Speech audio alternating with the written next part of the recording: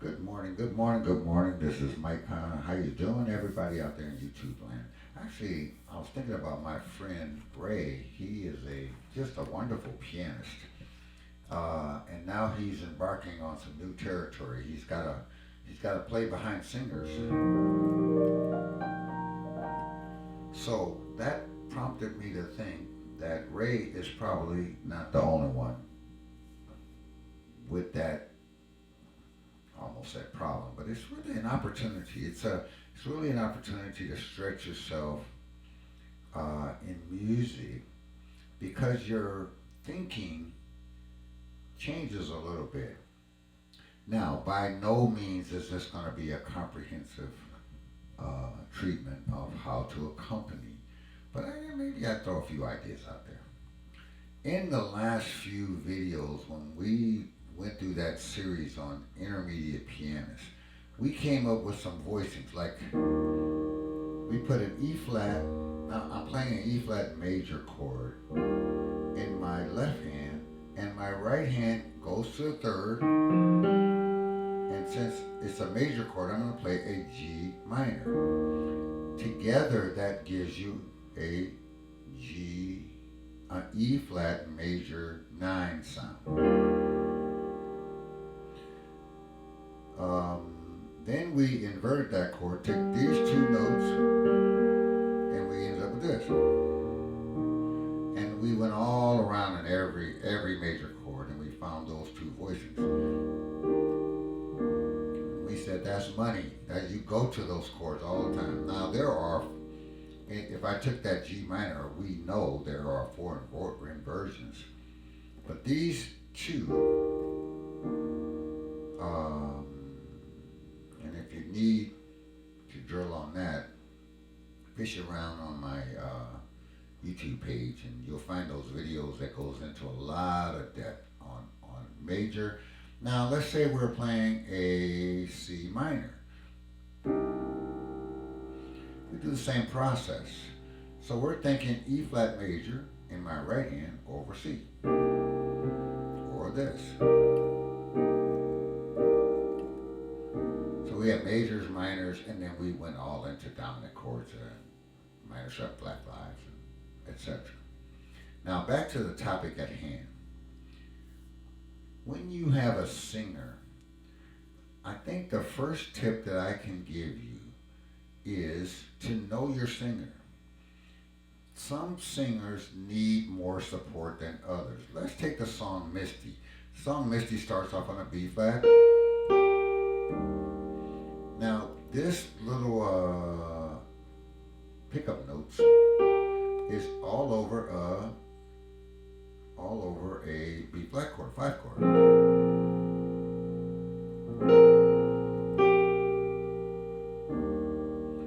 Now, if I had, I don't know what the name, a beginner singer, they can't find those notes on their own. That's all I'm trying to say. Then you, as a pianist, you have to support that. You gotta find a voicing that gets them on the right note.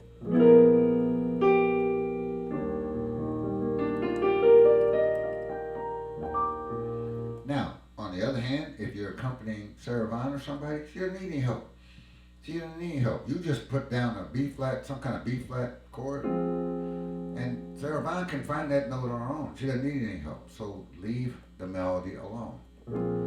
Now you have books that tell you play the melody, don't play the melody, never play the melody. I don't buy any of that. What I say is know your singer and don't get stuck. If you have a singer who has good pitch control, you just pop down the chord and they know how to find the note.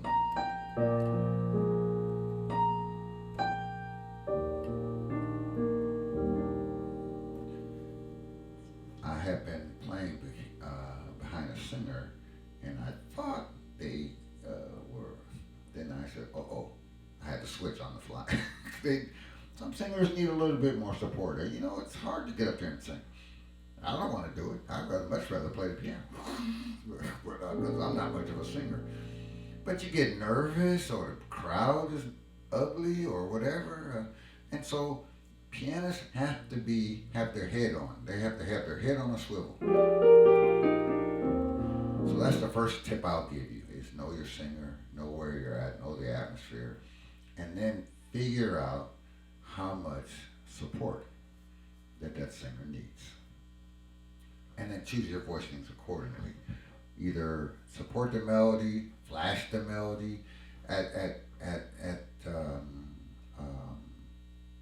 At the minimum, you want to establish a key. So maybe, I guess that's the second tip. Have 5 or 6, 7 or 8 intros in your back pocket. Hey, you want to sing Misty? I don't know. First you got to establish the key and the mood of the song.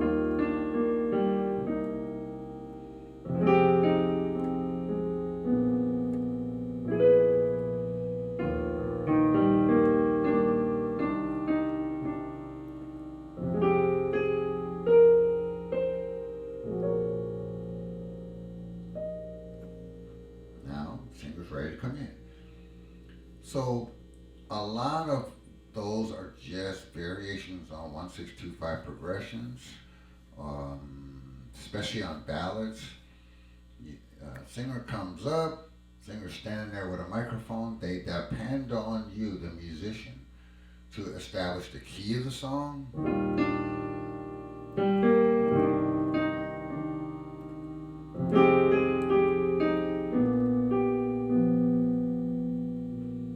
Now, little pause, a little retard. Singer's ready to come in. Uh-oh, singer got a little nervous. No problem. I got you, singer.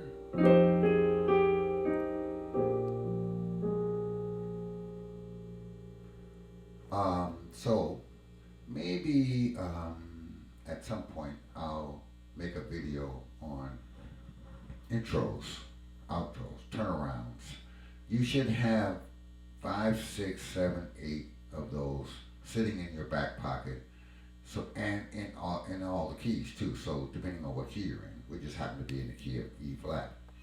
So practice your intros and your turnarounds.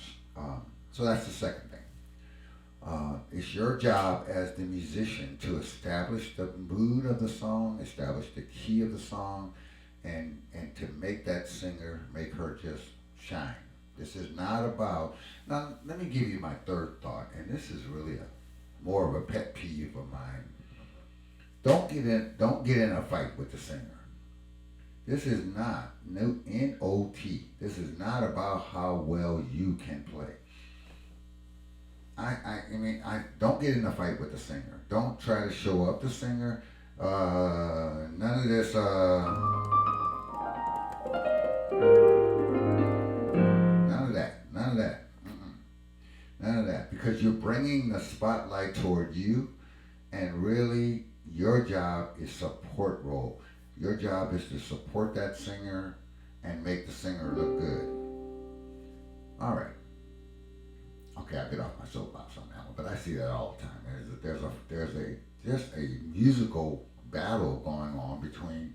Sometimes it's between, if you got 3 or 4 instruments, everybody's fighting, and it just gets ugly. And I think that's ego or whatever.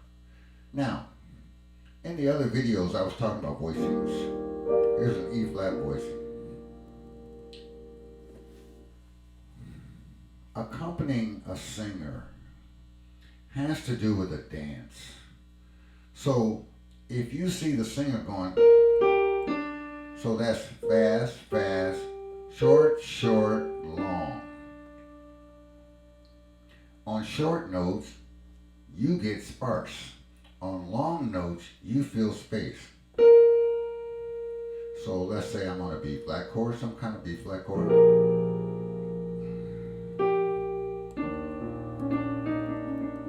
I might throw a fill right there because the singer's saying, look at me. I might throw something. Or I might throw a little fill there.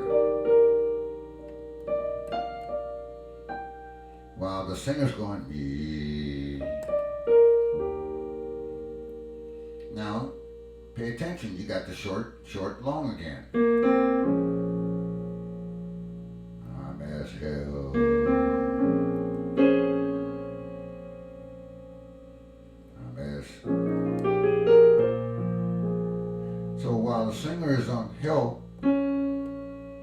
Singer's singing that D flat. That's a long note. You have an option to fill that space. Now I probably wouldn't play that C for Sarah Vaughan because Sarah Vaughan can find that C. But if I had a more of a beginner singer, I might support more. The next thing is voicing. Bass notes, heavy bass notes command the tension you're going to get in a fight. So you can actually play a lot of rootless voicings when you're accompanying a singer. Or you can just touch a bass note. So let's try rootless. Rootless meaning that I took this voicing out of my right hand, put it in my left hand. And the singer goes, it's lighter, it's dainty, especially on ballads.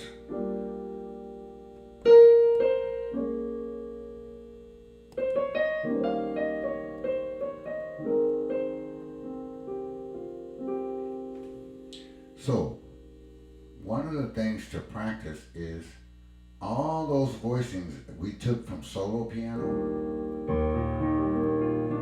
When you're playing solo piano, oh yeah, you need a big bass note, especially if you don't have a bass player. But you can take this voicing out of your right hand and put the exact same voicing in your left hand. That frees up your right hand to almost do counter melody. Look at me. I'm best hell.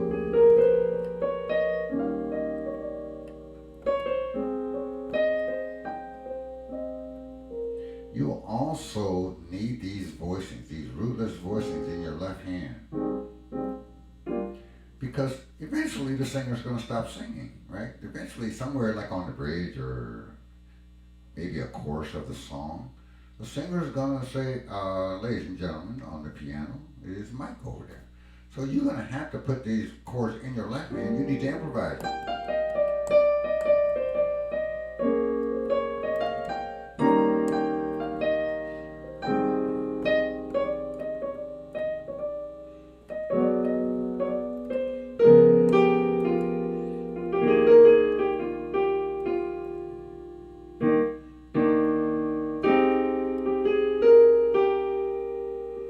So when you get these left hand kind of shell rootless voicings, another way you can do it is do shell voicings.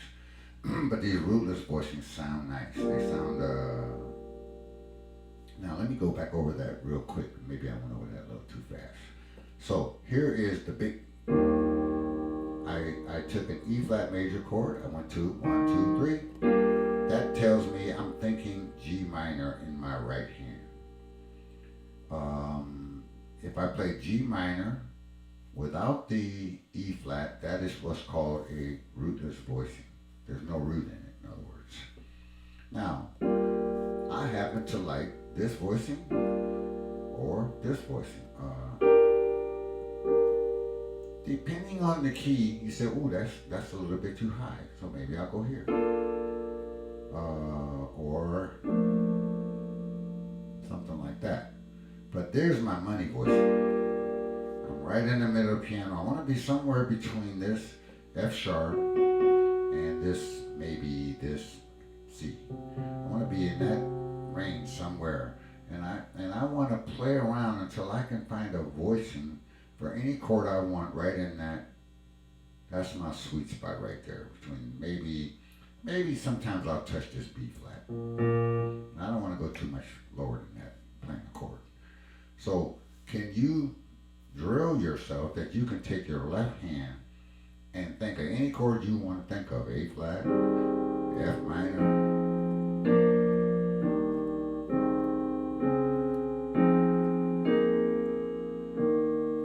D minor 7 flat 5.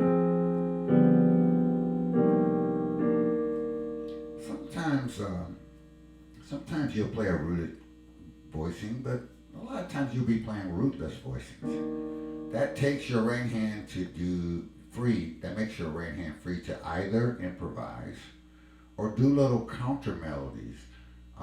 Look at me. That's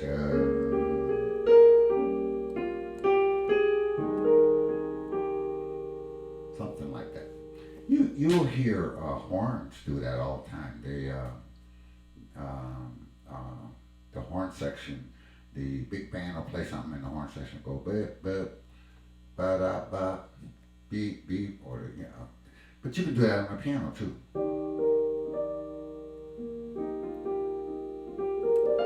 Always thinking, how can I support? This is not about me being flashy, how well I can play. This is about how can I make that singer shine? Um, so that's the thing on voicings. Now, one particular voicing I want to cover in this video, and this is a whole thing. Upper structure triads is a whole study. It's a whole. I mean, you could spend years trying to figure out upper structure triads. So you have some kind of voicing in your left hand, and you got a whole nother thing in your right hand, and you mix them all together, and you got a nice sound. That's what upper structure triads are about. Upper structure means you got a triad in your right hand and a voicing in your left hand, and you slam them all together, and then voila, you got something good going on. There are two I want to go over today, and they both have to do with the 5 chord. So in the key of E flat, the 5 chord is a B flat. 1, 2, 3, 4, 5. So I'm going to take a B flat voicing in my left hand. Let's take that voicing. That's my left hand voicing. Now I'm going to go to the sharp 4, and play a triad. 1, 1, 2, 3, 4, sharp 4. So now I'm thinking E triad over B flat. Sounds funny, doesn't it? So I can take there's that triad in root position, but any position works.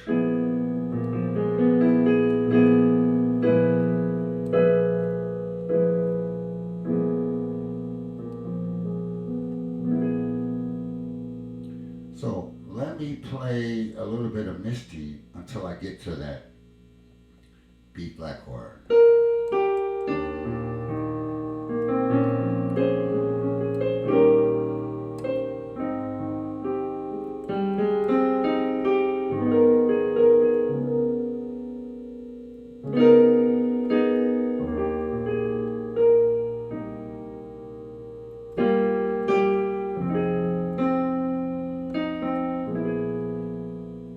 There it is right there. B flat over E.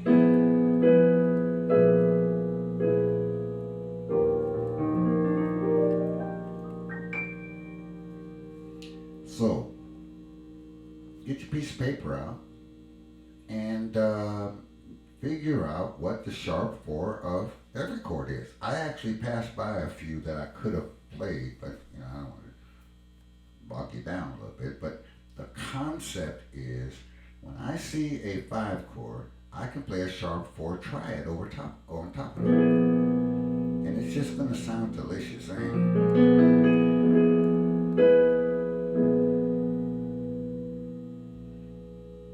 Okay. One more upper structure triad. The sharp 5 also works.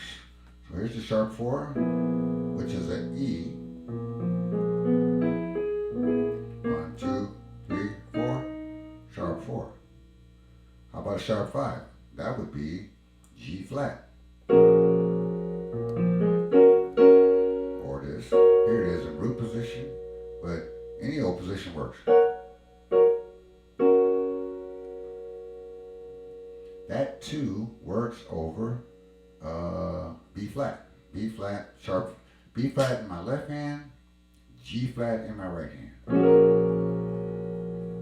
Watch it drop right down to a E flat major.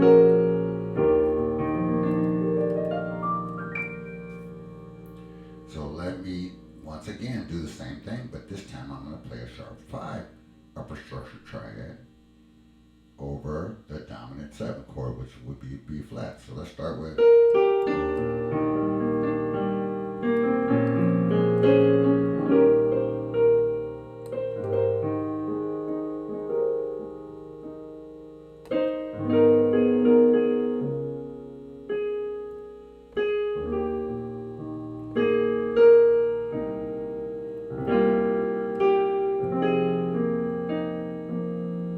Let me just pause right there.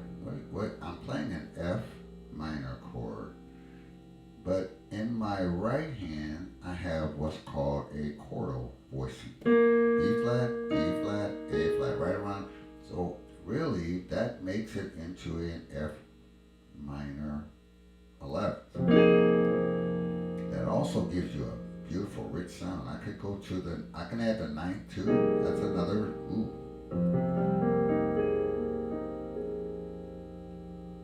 Now, I digress from my G flat. So I'm on F minor. Now I'm going to play my.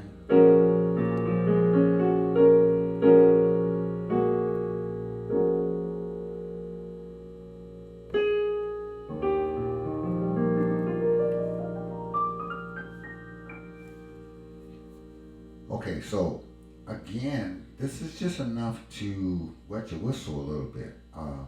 There are books out there on upper structure triads, and I think my man Ray, who is the main reason I'm making this video, I think you are very familiar with. In other words, I can play a C bass and an E minor triad over that.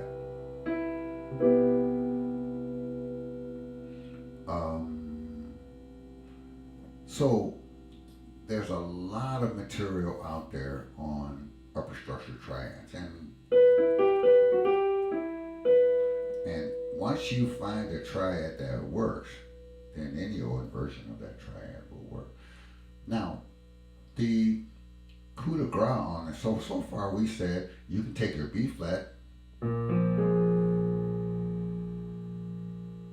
and play a sharp 4 or sharp 5. But you can also play both. Particularly useful at the end of songs. So watch, here's the E flat, here's a G flat, here's another E flat, here's a G flat, here's a G.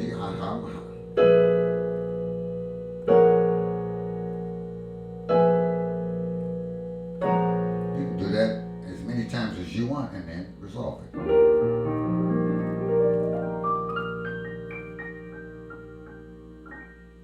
Let me do that one more time. I get misty. Now, here we go.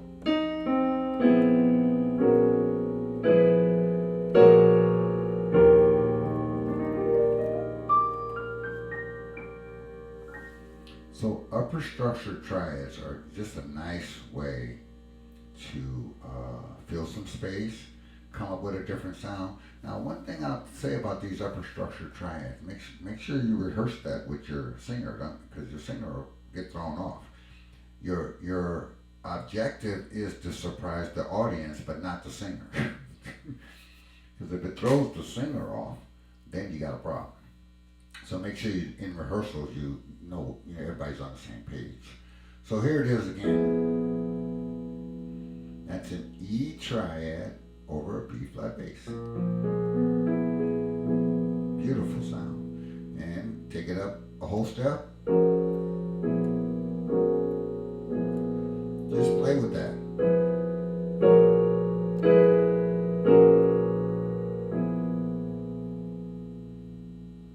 And that creates tension. We're definitely creating tension.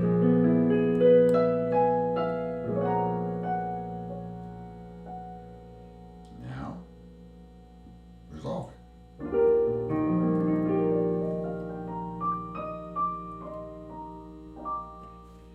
Now, you heard me play that finishing run a couple times now. So all that is a nice way to finish. You can actually finish lots of ways, but that's one of my favorite ways of doing it, as you can tell. So I got G minor in my right hand and E flat. So I'm taking boom, boom, boom, boom. Now I'm gonna go over here and touch this E flat. Now that frees my right hand up to play another G minor, and I'm playing that inversion. Just fits the hand. It just fits the hand, and the trailing left hand is playing this E flat. Right hand's playing this, left hand's playing this, and just run it up the keyboard. So we got.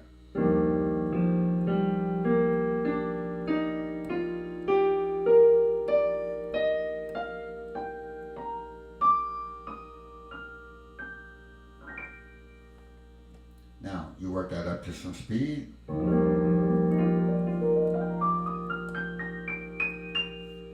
Nice low finishing run there. You can also finish with a 5/7, a 5 triad. It's got a different sound, different texture, so pick your songs for it. In the key of E flat, that would be a B flat triad. So you got this going on.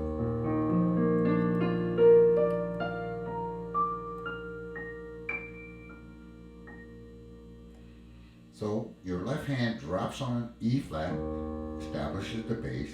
Your right hand is thinking B flat triad. I started on the F, F, B flat, D.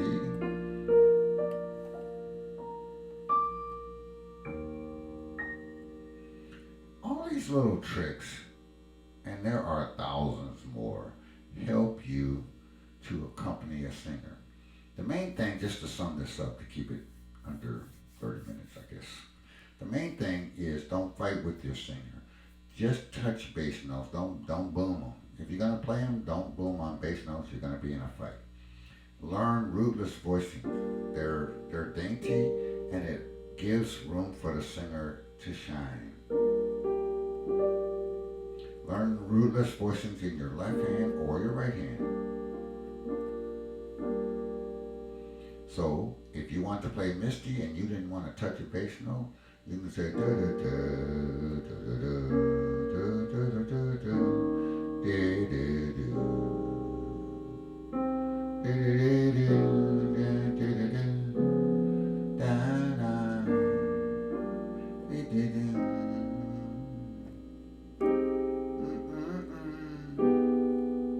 Now, when I'm playing actually rootless voicings in my left hand, remember when I got to that B flat, I said I can play an E triad? Well, I can play that. I got Misty and da. See, I just played the E triad or the G flat triad, and I went to you. So one time through. The last tip I'll give you is understand the dynamics of the song. When the song starts off like a roller coaster, all music is like this. Starts off on a little roller coaster, don't walk in banging on the piano. You start off with a little, but eventually the song is going to crescendo. It's going to come up to a fever pitch, and you have to be aware of that as a musician. When the singer starts belting it out, she wants bigger support. So there's where you might touch a bass note a little harder.